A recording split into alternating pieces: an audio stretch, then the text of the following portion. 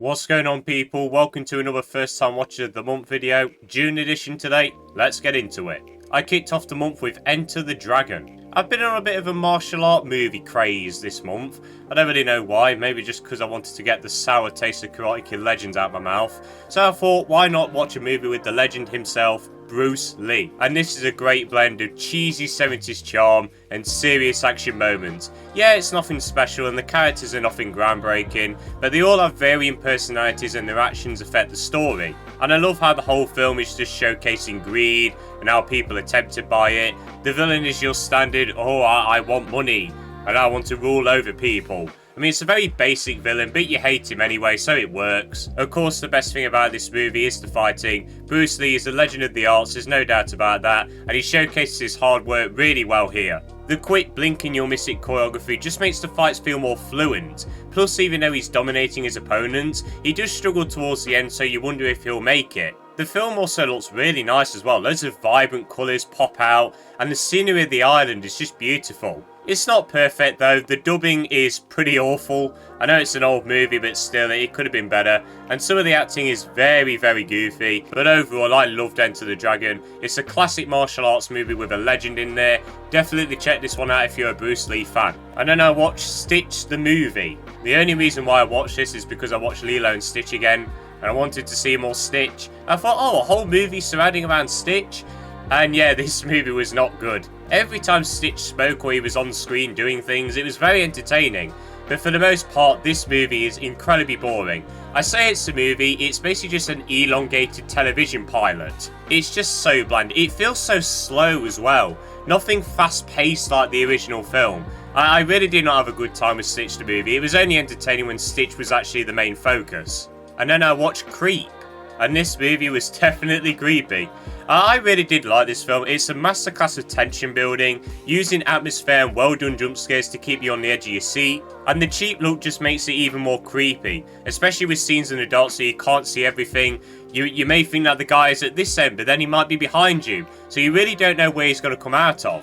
And the acting is very strong as well, especially from Mark Duplass, I believe that's how you say his name. He was very creepy in this movie. I really did like Creep, it's a really effective horror movie, and while it's very predictable, the journey to the end is very tense. And then we have From the World of John Wick Ballerina. Recently reviewed it, so not going to talk about it much. But yeah, I like this film. It's easily my least favourite John Wick film. The action starts off a little bit, yeah, but it does get a lot better throughout the film. The story is very basic, but you do really care about the main plot line. I really did not like the various subplots throughout the film though. Ana de Armas is absolutely brilliant in the film, as are the other actors. So overall, I enjoyed From the World of John Wick Ballerina, and it's made me confident for the future John Wick spin-offs. And then we have Straw. This is the new Tyler Perry film on Netflix. I just saw it on there. I was like, okay, new Tyler Perry film. I quite like him. Let's see what he's got in store. And I thought this movie was okay. It's a pretty decent thriller with themes of class and inequality.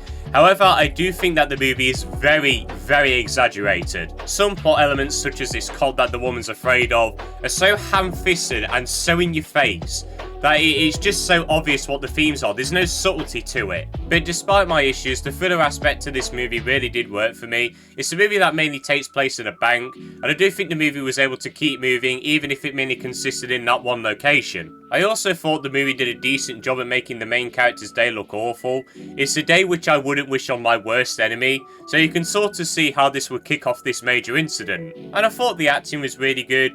Taraji P. Henson, I believe that's how you say it. If I said it wrong, I apologise. She was very good in this movie as the main character, and I did think her chemistry with the other actors was really good as well. So overall, I enjoyed Straw. It's a very solid thriller movie. Even if its messages and themes are very ham-fisted, with no subtlety, it is still very tense. And then we have Predator Killer of Killers. Again, I've recently just reviewed this one. This is my second favourite Predator film, just beyond the original. Even in such short spaces of time, the character arcs and the stories really do work. It's gnarly, it's violent, and it's insane, especially in the first act, and it keeps you engaged from minute one. Gorgeously animated as well, and very solid voice acting. I absolutely love Killer of Killers. If you're a Predator fan, this is definitely a must watch. And then we have 3 Billboards Outside Ebbing, Missouri. What a title, by the way. I absolutely love that title. I've been meaning to watch this film for a while, and while it was a very good film for me, I don't think it was like the Oscar-winning movie that it was made out to be. It's a great look into grief and the frustration that comes with trying to find closure. It didn't all work for me though. The themes of racism are set up really well, but they don't really go anywhere after that. And there were a couple of scenes that were so poorly acted that they made me laugh. And that is not what those scenes were trying to do. But overall, it was a very impactful movie, and I can see why a lot of people think it deserved the Oscar.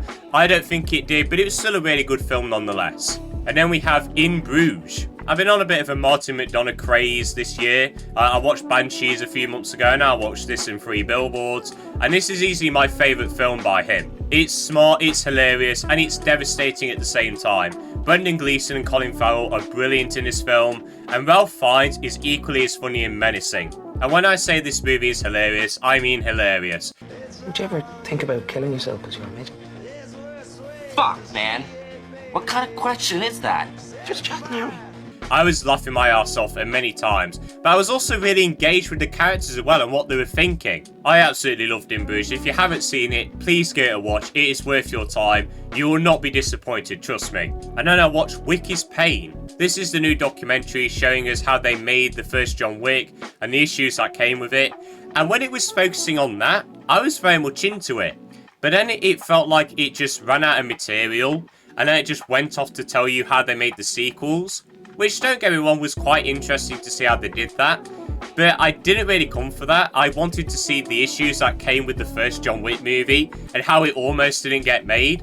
That was very interesting, but I just think it meandered a bit. But still, it is quite interesting to see how they did the sequels and how this franchise has evolved over time. But as I said, I just think it strayed away from its main focus a little bit too much. And then we have 28 Weeks Later. I told you I'd review it in this video.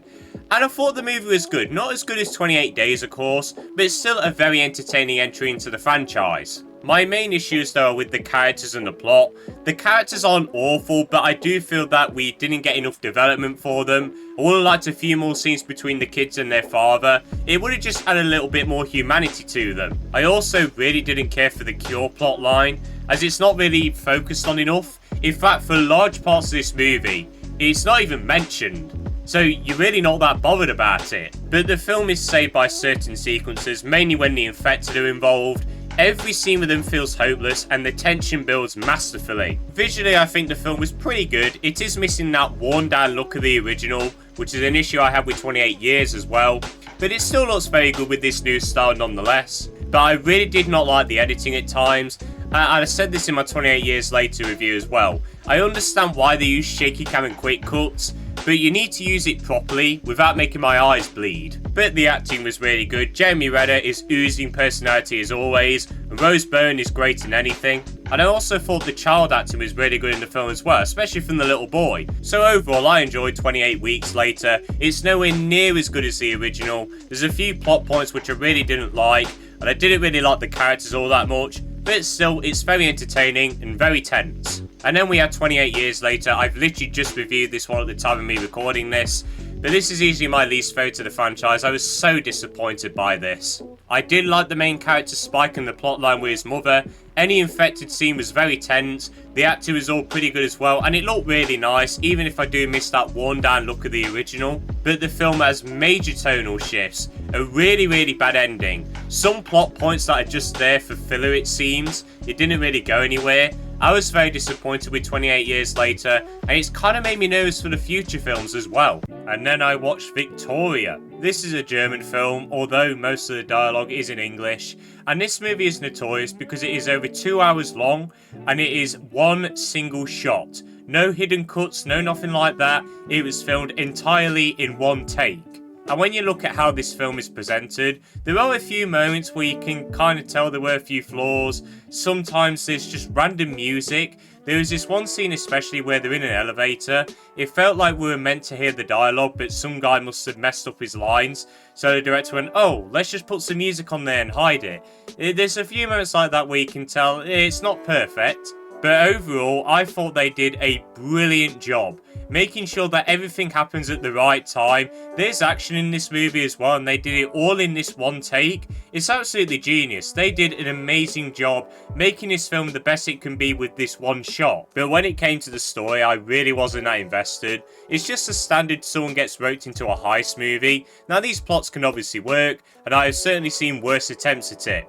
But this film's story was nothing special, and it did nothing to make it stand out. The main character is very bland, and the men, while having some unique personalities, just felt like plot devices to get from point A to B. But where this movie doesn't miss is with the acting. Every actor in this film did a phenomenal job, and the fact that they managed to keep their cool and escape into their characters for over 2 hours without messing things up is absolutely phenomenal. So overall, Victoria is a massive achievement technically, and its acting is top notch, but its story and characters are very surface level for me, and some of the music placements were very odd, but I would still highly recommend it just for the fact that it was filmed in one shot alone. And then we have Megan 2.0. I've literally just reviewed this film, and I enjoyed the film. It's not as good as the first film, but I still very much enjoyed it. It was a dumb, simple, turn your brain off summer blockbuster with some cool robot on robot action, some very dumb and over the top lines.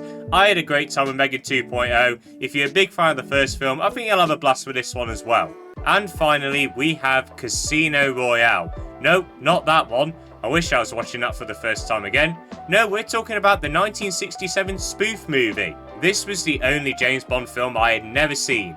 Until now, of course. Now, I saw the reviews and I came to the conclusion that it wasn't going to be anything special. But my god, this film is easily my least favourite James Bond film. As I mentioned, it's trying to be a spoof of the James Bond films. Now, I'm not against that. I do think James Bond can be spoofed if it's done correctly. However, this is not the way to do it. This movie commits the unforgivable sin of any comedy. It's just not funny. I believe I chuckled once, and I think that's being generous. The jokes are either just plain bad, or they just make no sense whatsoever. Especially in that third act with that weird, psychological stuff, which I'm guessing was supposed to be funny. I don't know, it was just so weird and it made no sense. And as for the story, I guess it's not a bad idea for a James Bond spoof. An older Bond coming out of retirement and beginning to train people to be like him to spy on the enemy. That's not a bad idea, but it's done so poorly here. You don't care about any of the characters and everyone feels so samey, and the film looks terrible. I know it was the 60s, but even the older Bond films still looked expensive for the time. But with this film, the sets especially look like they're being held together by chewing gum and spit. Everything just looks like it's made out of cardboard, and they try and hide it with some weird paint jobs, but it just looks even more goofy. And I also thought the film technically was so poor. The editing was an absolute mess. Shots feel so incomplete, and it felt as if the editors were desperately trying to make scenes flow well, but didn't know how to. I also hated the music. They play that damn trumpet song near enough every scene, and it got so annoying the more I heard it. But if I am going to give this film some praise, some of the acting was okay. The best performance was easily David Niven as the old James Bond. He's oozing charisma, and he clearly tried to make this film somewhat entertaining. And for some reason this film has a really big cast. I've no idea why Orson Welles and Woody Allen are here, but I welcome it because they never really miss with their acting. But other than that though, Casino Royale is an unfunny and boring spoof of James Bond. Some of the acting is solid as I said, but other than that this film has nothing to offer. The only thing I can say is that I've seen all the James Bond films now. And there we go, those are my first time watching of June 2025. If you've seen any of these films, do let me know your thoughts on them people. Have a good day, and see you later.